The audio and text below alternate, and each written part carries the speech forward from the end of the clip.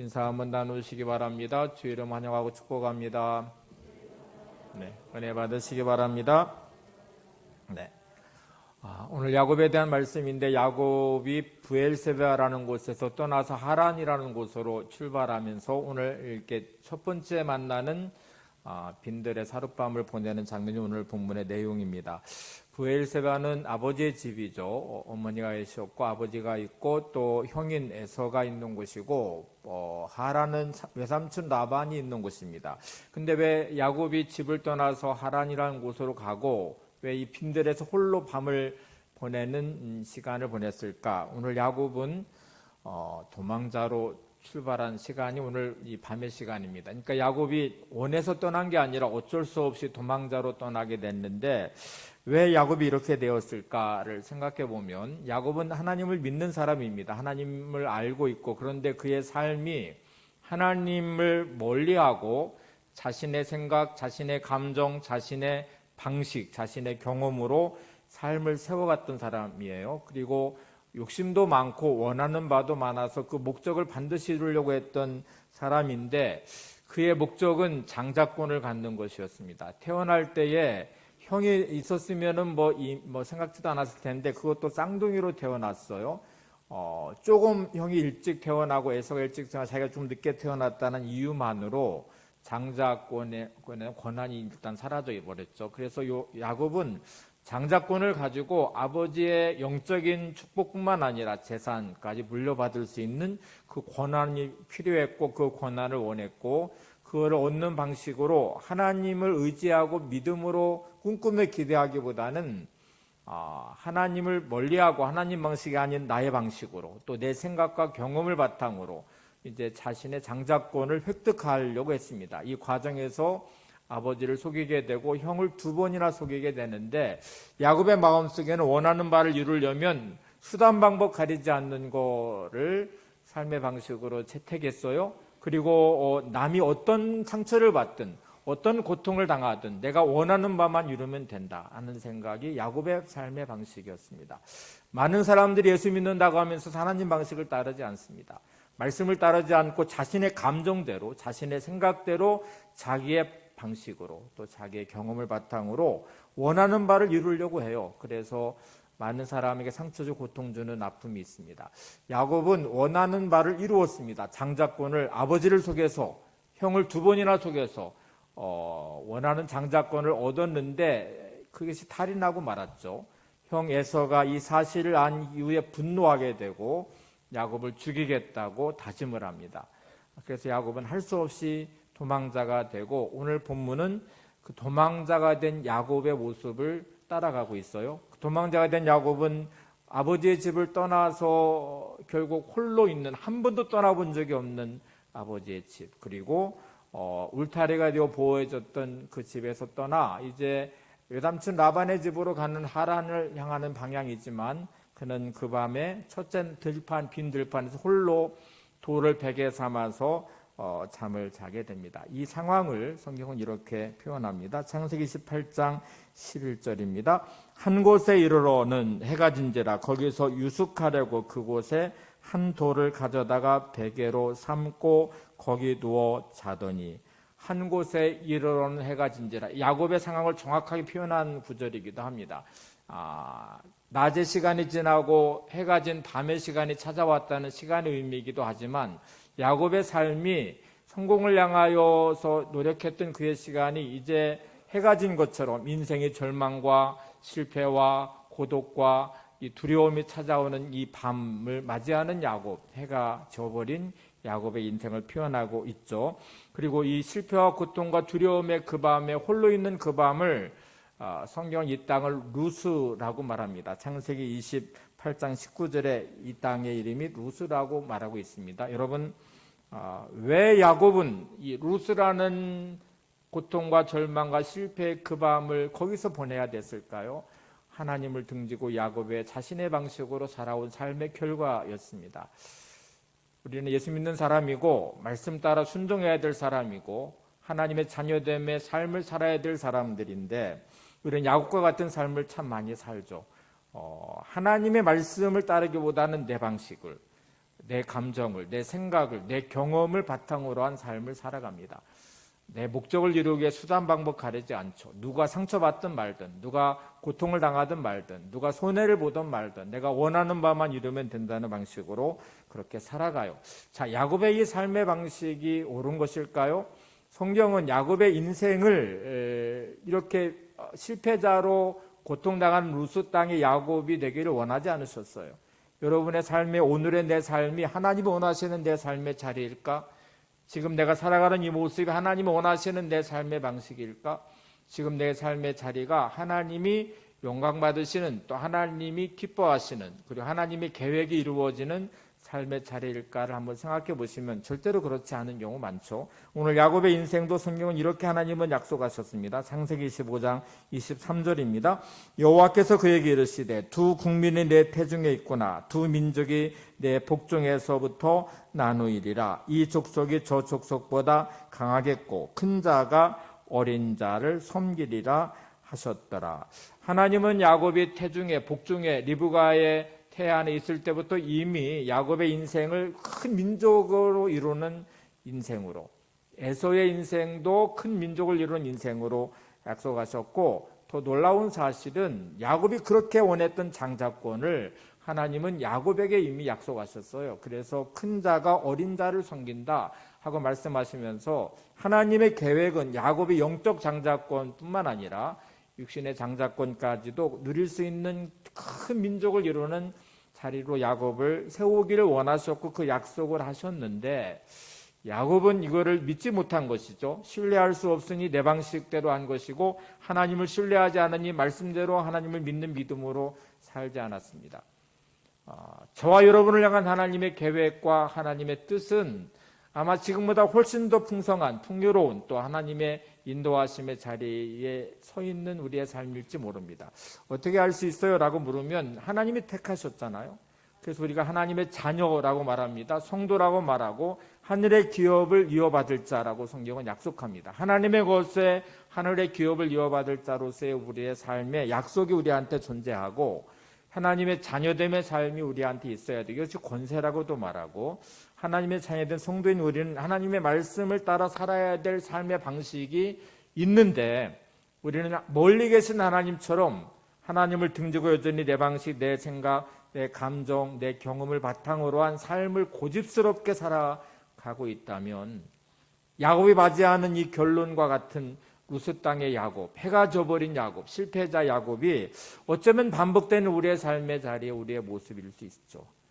하나님이 원하시는 우리의 인생은 내 힘과 내 경험과 내 능력으로 사는 인생이 아니라 하나님의 은혜로 사는 인생, 하나님이 공급하시는 힘으로 사는 인생, 세상의 식이 아니라 말씀의 식을 따라 살아가는 인생을 하나님은 오늘도 기대하시고, 또 하나님은 그거를 기다리시고 있는지 모릅니다.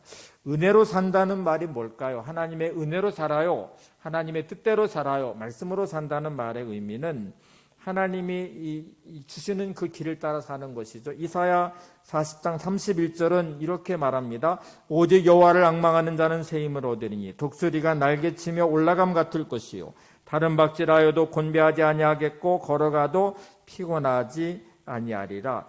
하나님 여호와를 앙망하는 자의 인생은 독수리 날개치며 올라간 같은 인생이라고 비유하고 있습니다.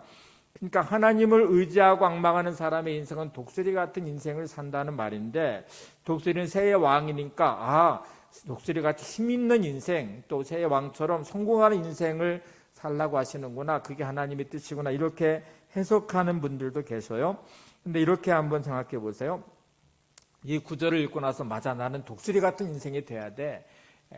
강한 날개를 하나님이 주셔서 막 날개치며 올라가듯이 새 힘을 날마다 얻어서 나는 정말 승리자의 삶을 살아야 돼.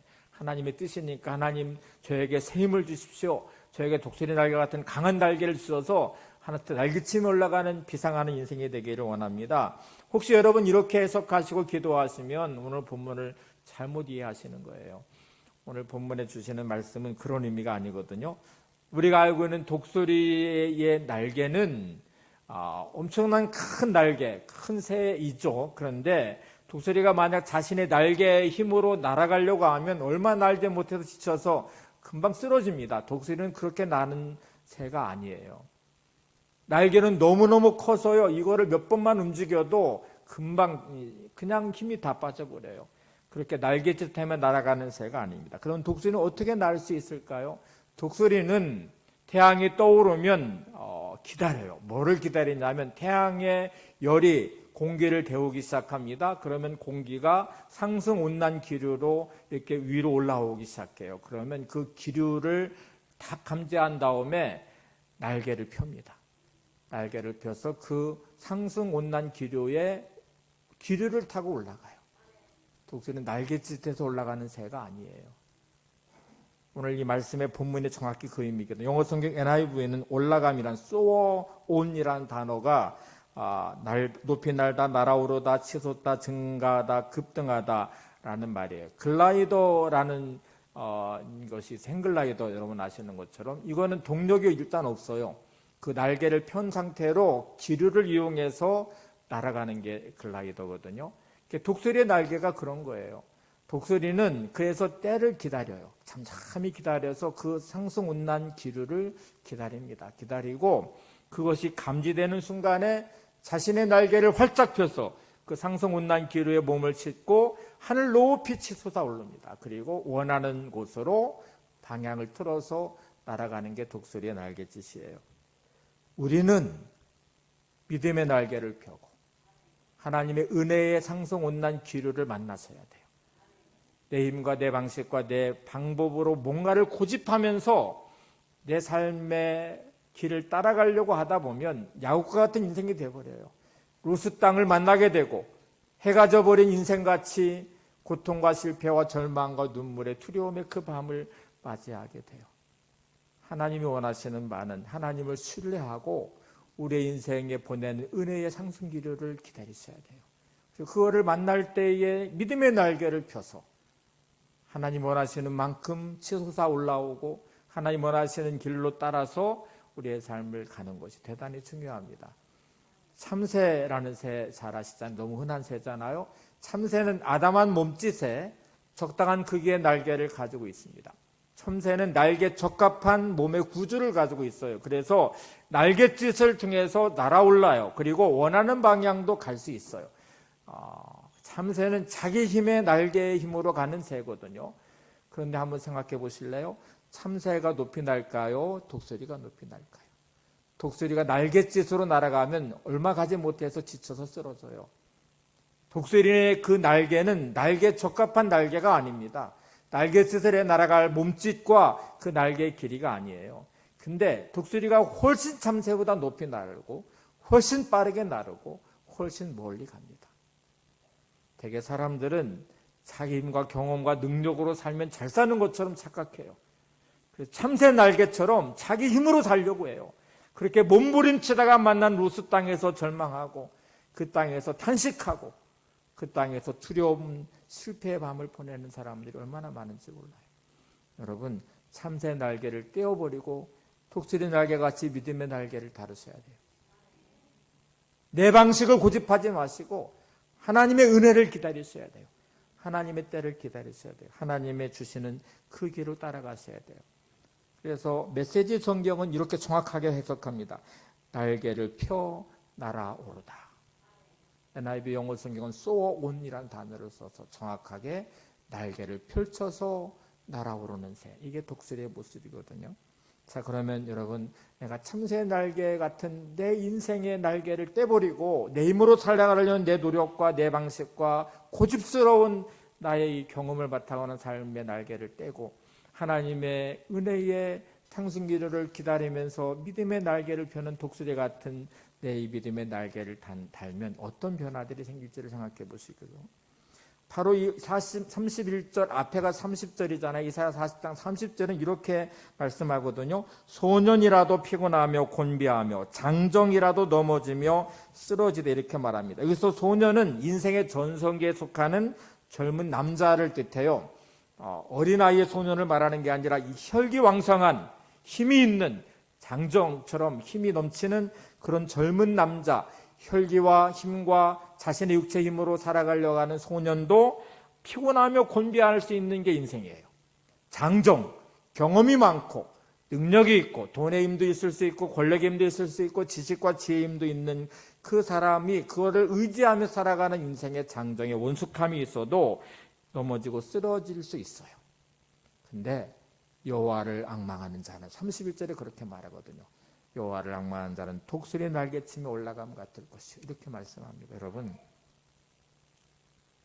내 힘과 내 노력과 내 능력으로 살아갈 수 있다고 착각하는, 마치 소년 내게 힘이 있다고 생각하고 장정처럼 원숙하고 경험도 많고 내게는 돈도 있고 나는 지위도 있고 지식도 있고 그래서 마치 이걸 통해서 살아갈 수 있다고 착각하는 그 순간에 우리의 인생은 이렇게 야곱과 같이 무너질 수밖에 없는 인생이라는 것이죠. 여러분, 오늘 내 노력을 멈추시고 믿음의 날개를 다시기 바랍니다. 하나님의 은혜를 구하시기 바랍니다. 하나님의 도우심을 구하고 오늘도 그 은혜를 따라 내가 살기 원합니다. 하나님의 때를 제가 기다립니다. 때로 잠잠히 인내하며 하나님이 주시는 귀한 삶을 내 안에 세우기를 소망하면서 믿음의 날개를 펴고 하나님의 은혜의 온난 상승 기류를 만나는 순간 우리는 하늘 높이 날게 될 것이고 하나님 원하시는 길로 가는 인생의 멋진 아름다움이 있을 것입니다. 야곱은 실패했습니다. 실패한 그의 인생은 울타리가 되어줬던 부모를 떠날 수밖에 없고 쌍둥이 형긴 가장 친밀한 형제의 오히려 적이 되어서 죽이겠다고 하는 원수처럼 돼버린 그의 집을 떠나서 그는 홀로 들판에서 돌을 베개 삼아 그 밤을 보내기 시작해요. 근데 여러분, 그 밤에 하나님은 드디어 야곱을 찾아오십니다. 야곱을 만나주세요. 성경은 이렇게 기록합니다. 창세기 28장 12절을 보세요. 꿈에 본 적 사닥다리가 땅 위에 서 있는데 그 꼭대기가 하늘에 닿았고 또 본즉 하나님의 사자들이 그 위에서 오르락내리락 하고. 혈기왕성했던 야곱, 자신의 꾀로, 자신의 지혜로, 자신의 지식과 경험으로 뭔가 목적을 이루려고 했던 야곱은 하나님을 만나지 못했어요. 근데 지금 실패한 야곱, 고통과 두려움과 절망의 봄을 보내고 있는 야곱의 인생 가운데 꿈에 그는 하나님을 만나는 은혜를 경험하기 시작합니다. 오늘 성경은 이렇게 표현하고 있습니다. 그 두려운 마음에 잠들어버린 야곱의 인생 가운데 꿈에 사닥다리가 땅 위에 서서 하늘에 닿았대요. 그리고 하나님의 사자들이 오르락내리락 하는 것을 그 루스 땅에서 절망의 그 밤에, 해가 져버린 그 밤에, 두려움과 실패의 그 밤에 야곱은 드디어 꿈을 꾸기 시작했어요. 사다리가 뭘까요? 사닥다리는 이곳에서 저곳에서 연결하는 역할을 해요. 절대로 건너갈 수 없는 곳이에요. 내 힘으로는 갈 수 없는 그곳을 사다리는 연결을 해줍니다. 땅의 사람으로 살아온 야곱은 하늘의 하나님을 만날 수 없죠. 하나님과 연결된 사다리가 그에게는 존재하지 않았죠. 근데 실패한 그 밤에 찾아온 하나님은 야곱이 세운 사다리가 아니에요. 하나님이 세우신 사닥다리. 땅에서부터 하늘에 닿은 사다리에 하나님의 사자들이 오르락내리락 하는 것을 꿈에 보았어요. 예수님은 이 구절을 정확하게 요한복음 1장에서 말씀하시면서 그 사다리가 자신임을 말씀합니다. 요한복음 1장 51절을 보세요. 또 이르시되 진실로 진실로 너희에게 이르노니 하늘이 열리고 하나님의 사자들이 인자 위에 오르락내리락 하는 것을 보리라 하시니라. 오늘 창세기 28장 12절의 이 말씀을 정확하게 예수님은 하늘이 열렸다. 너희에게 하늘이 열렸는데 인자 위에 하나님의 사자들이 오르락내리락 하는 것을 너희가 볼 것이다 하고 말합니다. 하나님은 우리 인생 가운데 땅의 삶을 살고 있는 우리를 향해서 이렇게 말씀하세요. 너희에게 하늘이 열렸다. 인자가 너희의 사다리가 되어서, 예수님이 내가 너희의 사다리가 되어서 이 사다리를 통해서 하나님의 사자들이 오르락내리락 하는 것을 너희가 보리라. 이렇게 말씀하세요. 여러분, 우리 인생의 사다리는 예수님이십니다. 영원히 심판받아 멸망할 수밖에 없는 우리들, 저주받은 우리들의 인생에 예수님의 십자가로 사다리를 놓으셔서 하나님의 자녀가 되게 해주셨어요. 우리 죄를 용서하시고 이제 하나님의 은혜로 사는 인생이 되게 하셨어요. 말씀의 길을 따라 살아가는 삶의 길을 열어주셨어요. 성도로서의 삶을 살게 하시고 하늘의 기업을 이어받을 자로서 하늘의 복을 누릴 수 있는 사람을 우리를 세우셨어요. 좋은 교회가 어떤 교회일까? 이 영적 사다리를 보여주는 교회가 좋은 교회겠죠. 예수님을 만나게 하는 교회가 좋은 교회겠죠. 여러분의 인생은 예수님이 나의 인생의 사다리가 되어주셔서 하나님께로 가고 하나님을 만나고 그 은혜를 누릴 수 있는 삶으로 세워가는 삶이 좋은 인생이 될 것입니다. 야곱은 실패하고 난 그 절망의 그 밤에, 도망자가 된 그 시간에 비로소 드디어 하나님을 만나는 은혜를 잊게 돼요. 그리고 그는 이렇게 고백합니다. 창세기 28장 16절입니다. 야곱이 잠이 깨어 이르되 여호와께서 과연 여기 계시거늘 내가 알지 못하였도다. 그가 잠이 깨어 이렇게 고백했어요. 여호와께서 과연 여기 계시거늘 내가 알지 못하였도다. 근데 여러분, 하나님이 실패한 야곱에게 찾아와서 실패하기 전에는 떠나 계시다가 실패한 이후에 찾아오셔서 야곱을 만나신 것일까요? 아니요, 하나님은 야곱이 태중에 있을 때부터 함께 하셨어요. 태중에 있을 때부터 언약하셨고 그에게 약속하셨고 그의 삶 속에 언제나 함께 하셨는데 야곱이 하나님을 등진 것이죠. 하나님의 말씀을 따라가지 않은 것이죠. 하나님을 만나는 것을 하지 않고 오히려 자기의 방식대로, 자기의 고집대로, 자기 인생의 식대로 살아가는 것을 고집하다가 실패한 것이고, 실패한 이후에 야곱은 더 이상 의지할 곳도 없고 더 이상 갈 길도 없고 절망과 실패의 그 루스 땅 그곳에서 비로소 그는 하나님을 만났거든요. 그리고 이렇게 고백했거든요. 과연 하나님이 여기 계시는데 내가 알지 못했구나. 여러분, 하나님은 언제나 여러분들과 함께 하셨습니다. 언제나 동행하셨어요. 내가 외면해버린 것이죠. 내가 하나님을 의지하지 않은 것이고 하나님 필요 없다고 말하고 내 생각과 내 방식을 고집하고 고집스럽게 내가 원하는 내 방향으로 내 삶을 살아왔던 시간들이기 때문에 홀로 외롭고 두렵고 실패하고 루스 땅 야곱과 같이 그렇게 고독한 그 밤에, 실패의 그 밤에 돌을 베개 삼아 홀로인 그 밤을 보내는 야곱의 인생과 같이 오늘 내 삶이 해가 져버린 인생에 시간을 보내고 있지 않습니까? 하나님은 한 번도 떠나지 않으셨는데 내가 하나님을 떠나버린 인생, 하나님을 등져버린 인생이 아닐까요? 과연 야곱처럼 여호와께서 과연 여기 계시거늘 내가 알지 못했구나. 하나님 언제나 나와 함께 하시는데 내가 하나님을 외면하며 살았구나. 하나님이 내 인생에 어마어마한 복을 준비하고 계신데 내가 그걸 등져버리고 내 방식대로 살아왔구나. 오늘 여러분 어떤 일로 무너져 있든지 여러분의 그 자리가 하나님을 만나는 자리 되시기 바랍니다. 오늘 내 인생에 찾아오시는 예수님, 내 인생의 사다리가 되어서서 하늘이 열리게 하시고 하나님께 인생을 연결해서 하늘의 복이 흘러오는 통로를 열으시는 예수님을 만나시기 바랍니다.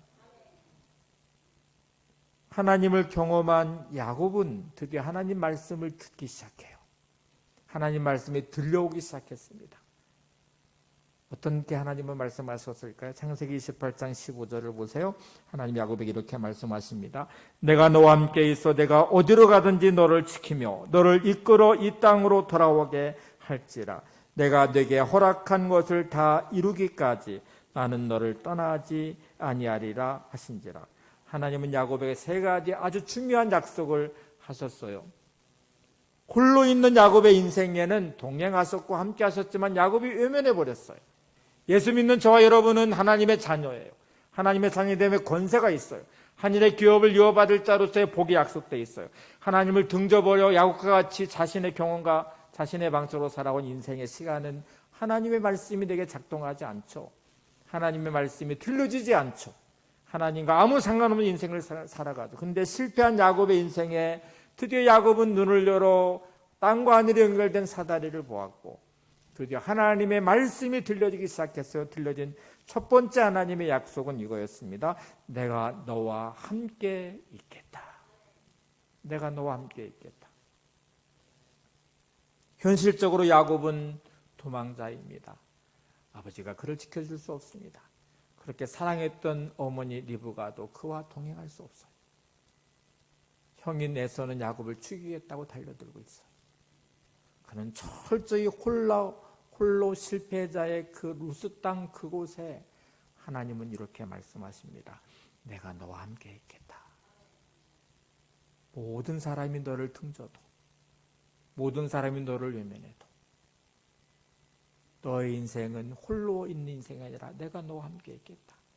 실패한 너를, 사기꾼 같은 너를, 하나님을 외면해버렸던 너를, 수없이 상처 주고 발등 찍은 너를 내가 너와 함께 있겠다. 이렇게 말씀하세요.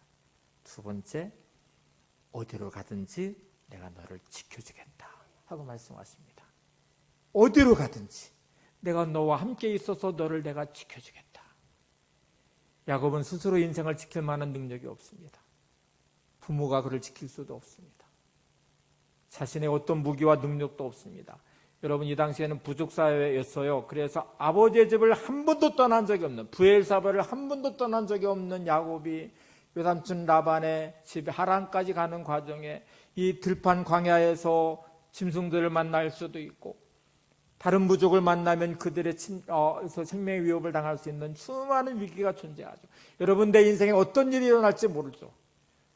때로는 물질의 문제, 건강의 문제, 관계의 문제, 환경의 문제, 이런저런 문제가 나를 우는 사자같이 삼키차를 찾듯이 위협해오는 수많은 환경 가운데 하나님이 이렇게 말씀하십니다. 내가 너와 함께하고 어디로 가든지 내가 너를 지키겠다. 그리고 세 번째 아주 중요한 약속을 하십니다. 내가 다시 이곳으로 돌아오게 하겠다. 회복시키시겠다는 거예요. 도망자인 야곱이 돌아올 수 있는 길이 차단돼 버렸잖아요. 형이 시퍼렇게 살아서 죽이겠다고 지금 하잖아요. 근데 하나님은 반드시 내가 너를 이곳에 돌아오게 하겠다. 실패해버린 루스 땅의 야곱과 같이 오늘 내 삶에 신음하며 눈물을 흘리시는 여러분 혹시 계시다면 하나님이 이렇게 말씀하십니다. 내가 너를 회복시킬 거야. 너의 물질의 결박을 내가 풀어줄 거야. 내가 너의 건강을 회복시킬 거야. 너의 무너진 삶의 터전을 내가 세울 거야. 그때까지 내가 너를 떠나지 않을 것이고 너와 함께 할 것이고 내가 너를 지킬 거야. 오늘 이 음성을 들으시는 여러분들 되시기 바랍니다. 한 고등학교 2학년 여학생의 고백을 제가 그대로 한번 인용을 해보려고 해요. 좀 길긴 한데 한번 잘 들어보세요. 여학생의 고백입니다. 한창 사춘기일 때 저는 밤마다 눈물로 베개를 흥건히 적시고서야 잠이 들곤 했습니다. 고등학교 국어 교사였던 아버지, 자녀들을 끔찍히 아끼셨던 어머니, 사랑하는 언니들과 남동생, 학교에서 친구들과 배울 수 있는 자유, 그리고 남들 보기에는 남부럽지 않게 갖춰줄 것 같이 다 갖추어준 가정의 셋째 딸인 저에게 말 못할 사정이 있었습니다. 아버지는 전통적인 불교 집안의 막내 아들이었습니다. 또한 알코올 중독자의 폭력 가장이었습니다. 저녁 무렵 아버지가 돌아오지 않아 조마조마한 가슴을 부여잡고 있을 때 문을 박차고 들어오셔서는 이유 없이 어머니를 때리시고는 온 집안을 풍비박산으로 만들기를 일주일에 4, 5일이었습니다. 정말 악몽 같은 나날이었습니다. 매일 밤 아버지의 바지를 붙들고 늘어져 어머니가 맞는 것을 방어하며 정신없이 실랑이를 벌여야 했습니다. 날로 심해지던 의처증으로 정신적, 육체적인 고통을 견디지 못하던 어머니는 결국 유방암에 걸리셨고 머리카락이 다 빠지고 지독한 항암 치료와 싸우며 한쪽 가슴을 절단하는 대수술을 해야만 했습니다. 저는 그런 아버지를 용서할 수 없었습니다. 지금도 생생하게 기억되는 악몽 같은 장면들이 있습니다. 그런 수술을 한 후 면역력이 키워지려면 3, 4년간 건강에 주의한다며 병원 측에 충고해도 아랑곳하지 않고 아버지는 늘 예전의 버릇 그대로였습니다. 한날은 또 술을 먹고 들어오셔서 어머니의 수술한 부위, 뼈밖에 남지 않은 그 부위를 주먹으로 내리치는 것입니다. 헉 하고 고통하시던 어머니의 소리, 잊혀지지 않는 끔찍한 장면. 아버지가 도저히 인간으로 보이지 않았습니다. 짐승도 저렇지는 않을 것이라며 원망했습니다. 수없이 겪어야 했던 자살 충동, 부엌에서 식칼을 빼들고 들어와 문을 잠그고 수없이 움켜쥐다가도 다시 부엌에 갖다 놓기를 반복했습니다. 어머니를 생각해서 절대 저는 죽을 수 없었습니다. 어머니는 대학교 때 뒤늦게 예수님을 알게 되었다고 합니다. 유치부 때부터 빠지지 않고 교회 다니던 저는 중학교 때 수련회에서 하나님을 만났고 절대로 용서할 수 없었던 아버지를 위해 기도하기 시작했습니다. 매일 밤 눈물로 기도하다가 잠이 들곤 했습니다. 부잣집 아들이었던 아버지의 낭비벽으로 어머니의 피나는 수고에도 불구하고 저희 집은 부도를 맞았습니다. 아버지 하나님께서 육신의 아버지를 얼마나 사랑하셨던지 도무지 돌아설 기미가 보이지 않자 물질까지 모두 빼앗아 가셨습니다. 철저하게 아버지를 돌려놓으시려고 하신 하나님의 계획이었음을 확신합니다. 부도를 맞아 서울로 올라온 지 벌써 1년 반이 되었습니다. 아버지를 미워하지 말고 불쌍히 여기라는 어머니의 말씀대로 하나님께 매달려 기도했습니다. 불쌍한 우리 아버지를 좀 도와달라고요. 아버지를 제외한 큰언니, 작은언니, 저 남동생 모두 신실한 기독교인이었기에 모두 아버지를 위해 기도했습니다. 서울에 온 지금 경제적인 어려움은 불편한 것일 뿐 저에게 아픔이 될 수는 없었습니다. 육신의 아버지께서 교회에 나오시고 얼마 전에는 세례까지 받으셨기 때문입니다. 아버지의 나쁜 버릇도 하나님께서 고쳐주셨고요. 경제적으로 풍족했지만 정신적으로 항상 불안했던 예전보다 지금 조금 불편하지만 아버지의 변화된 모습을 보며 더없이 기쁘고 하나님께 감사드립니다. 정말 하나님의 놀라운 역사를 경험했습니다. 아버지는 학교에서 퇴직 하신 후 마땅히 할 일이 없어 요즘에는 건물 관리인을 맡고 계시고 어머니는 호떡을 구우시며 저희 생계를 위해 고생하십니다. 요즘 두 언니의 대학 입학을 앞두고 입학금 걱정에 어머니께서 잠을 뒤척이는 것 같아 마음이 아픕니다. 석 달째 밀린 방세를 내라며 주인 아주머니는 엄마를 달달 볶아대고 남동생은 컴퓨터가 갖고 싶은지 친구 집에 있는 컴퓨터를 부러워합니다. 그러나 이런 어려움 속에서도 내 안에 계시는 주님을 발견하였기에 기쁘게 살아갑니다. 이제까지의 고난과 시험을 통해 저는 하나님을 만났고 이 고난을 주신 하나님께 감사드립니다. 이 그릇을 크게 하시기 위해 시험을 통해 연단하시는 하나님의 계획임을 저는 확신합니다. 여러분, 루스 땅 같은 삶의 자리에서 이 여학생은 하나님을 만나게 되죠. 가정적으로 풍요롭고 고등학교 교사였던 아버지, 남이 볼 땐 남부러울 것 없는 가정 안에 말할 수 없는 루스 땅과 같은 고통이 흘러가는 그 삶의 자리에 아버지의 폭력이 있었죠. 알코올 중독에 도박에 그렇게 가정은 부도나고 지금은 훨씬 더 어렵고 고통스러운 삶의 자리지만 그 루스 땅 그곳에서 하나님은 찾아오셨고 아버지를 만나주셨고 아버지를 구원해 주셨어요. 지금의 이곳 하나님의 집 베델, 바로 이 학생이 경험한 놀라운 은혜의 자리예요. 여러분, 야곱이 도망쳐 머물던 루스라는 땅, 어쩌면 우리 인생 가운데 내 힘과 내 노력과 내 방식으로 살아올 때 부딪히는 내가 만난 루스라는 그곳, 해가 져버리듯 절망과 고통과 아픔이 있고 상처가 머무는 그곳, 여러분 하나님 만나시기 바랍니다. 예수님이 우리의 인생의 사다리가 되어주셔서 하늘이 열리게 하시고 하나님을 만나는 자리를 인도해 가실 것입니다. 야곱의 고백처럼 과연 여기 여호와가 계시거늘 내가 알지 못했더라고 고백처럼 우리가 하나님이 함께 계심을 알아야 되는데 오늘도 외면하고 있는 내 모습은 없는지 모르겠어요. 여러분, 야곱이 베개를 돌삼아 있는 이 누스 땅에서 하나님을 경험한 다음에 밝아오는 태양의 그 아침에 야곱은 자기가 뱉던 돌을 기둥 삼아서 제단을 만들게 됩니다. 그리고 그것에 기름을 붓고 그는 이렇게 고백해요. 이제 이곳이 바로 하나님의 집이다. 베델이다 하고 말합니다. 베델, 하나님의 집. 야곱은 그 루스가 베델이 되게 했어요. 하나님을 만난 그곳이 베델, 하나님의 집이 되어서 하나님을 예배하고 나서 야곱은 서원하기 시작해. 하나님, 제가 이곳에 돌아오면 이곳에 제단을 쌓겠습니다. 제가 이곳에 돌아오면 하나님께 11조를 드리겠습니다 하고 서원하면서 야곱은 그의 인생의 길을 시작하고 하나님과 동행하면서 이제 약복강에서 야곱은 이스라엘로 변화되는 복을 누리게 되죠. 여러분, 오늘 여러분의 루스와 같은 인생의 자리에 찾아오시는 하나님을 만나시고 여러분의 인생의 베델이 되시기를 바랍니다. 하나님의 집이 되시고 여러분의 가정이 베델이 되시기를 바랍니다. 여러분의 일터가 내 고집스러운 내 삶의 식을 내려놓고 하나님의 은혜의 상승기를 만나 독수리 날개같이 믿음의 날개를 펴고 날아오르는 베델이 되시기를 바랍니다. 제가 설교를 준비하면서 이 아바 아버지란 찬양을 불렀어요. 가사를 한번 읽고 찬양할 텐데 가사를 한번 보세요.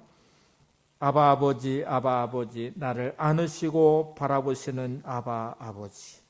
아바 아버지, 아바 아버지, 나를 도우시고 힘주시는 아버지. 주는 내 마음을 고치시고 볼 수 없는 상처 만져주시네. 나를 아시고 나를 이해하시네. 내 영혼 새롭게 세우시네. 예수님이 하나님 부르실 때 아바 아버지 이렇게 불렀죠. 아빠라는 말이에요. 가장 친밀한 관계 안에 하나님을 고백하면서 하나님의 인도하심을 오늘 여러분에게도 그런 은혜가 임하시기를 바랍니다.